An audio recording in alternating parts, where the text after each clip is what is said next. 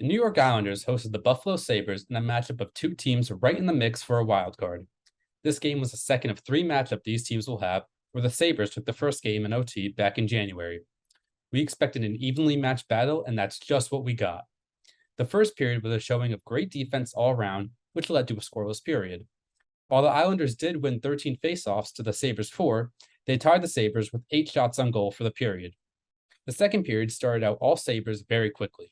In the fifth minute, Dylan Cousins scored his 25th goal of the season to put the Sabres up a score early. The lead stayed for almost 10 minutes until Casey Cizikas scored to tie the game, sending the crowd at UBS Arena into a frenzy.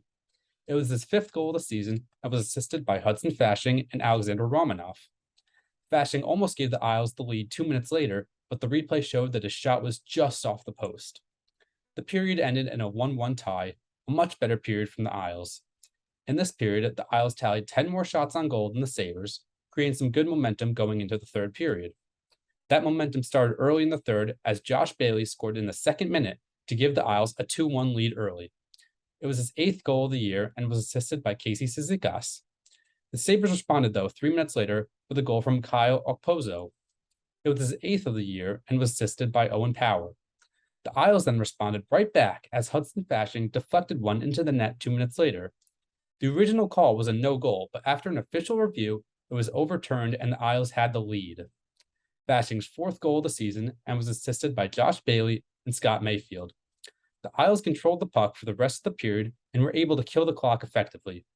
This game ended as a 3-2 win for the Islanders, a very well-fought victory against another top team. Head coach Lane Lambert was very pleased with the team's effort, saying that the team, quote, imposed their will and defended very well against a team that generates a lot of high scoring chances and a lot of high quality scoring chances.